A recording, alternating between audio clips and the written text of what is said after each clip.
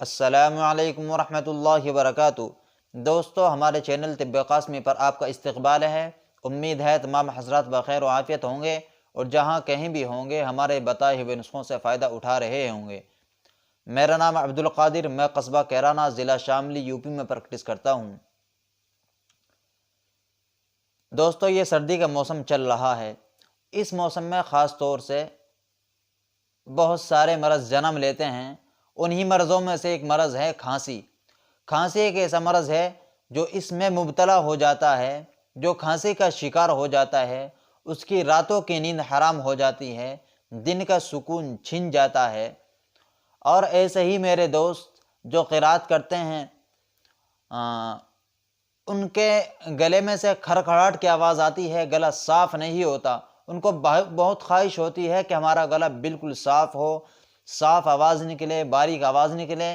ان دوستوں کے لیے بھی وہ نسخہ بہت کارگر ہے، اور ایسے دوستوں کے لیے جو رمضان کے موقع پر ٹھنڈا پانی پی لیتے ہیں، اس سے گلا بیٹھ جاتا ہے، گلے کی آواز نہیں نکلتی، ان دوستوں کے لیے بھی بہت مفید ثابت ہوا ہے۔ جو میرے بھائی کھانسی کی بہت ساری دوائی کھا چکے ہیں اور کھانسی میں ذرہ برابر بھی فائدہ نہیں ہو رہا ہے، ان کو گھبرانے کی بالکل بھی ضرورت نہیں۔ آپ اس چھوٹے سے نسخے کو حقیر نہ سمجھیں، چھوٹا نہ سمجھیں، اس کو بیکار نہ سمجھیں۔ بہت 4 اجزاء پر مشتمل یہ نسخہ ہے۔ آپ اس نسخے کو بنا کر استعمال کریں، آپ کا گلا بالکل صاف ہو جائے گا، کھانسی آپ سے کوسوں دور ہو جائے گی، گلے کی کھڑکھڑاہٹ بالکل ختم ہو جائے گی۔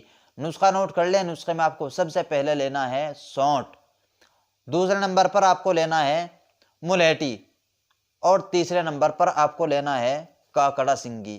یہ تینوں آپ 50-50 گرام لے لیں، اور چوتھے نمبر پر آپ کو شہد لینا ہے۔ شہد آپ 250 گرام لیں۔ ان تینوں دواؤں کا پاؤڈر بنا کر شہد ڈال دیں، 250 گرام شہد ڈال دیں، اس کا معجون بنا لیں۔ یہ آپ کی دوائی تیار ہو جائے گی۔ اب استعمال کس طرح کرنی ہے کہ آدھی چمچ سے زائد صبح، آدھی چمچ سے زائد شام، گرم پانی کے ساتھ۔ یہ تھا آج کا ہمارا فارمولہ۔ دوستو، ایسی ہی چھوٹی چھوٹی ویڈیو دیکھنے کے لیے اور اچھی ویڈیو دیکھنے کے لیے ہمارے چینل طب قاسمی کو سبسکرائب کریں، گھنٹی کے نشان کو ضرور دبا دیں تاکہ ہماری ہر آنے والی نئی ویڈیو براہ راست آپ تک پہنچ سکے۔ ہماری اس ویڈیو کو لائک اور شیئر بھی کر دیں تاکہ ضرورت مند حضرات تک پہنچ سکے۔ السلام علیکم ورحمۃ اللہ وبرکاتہ۔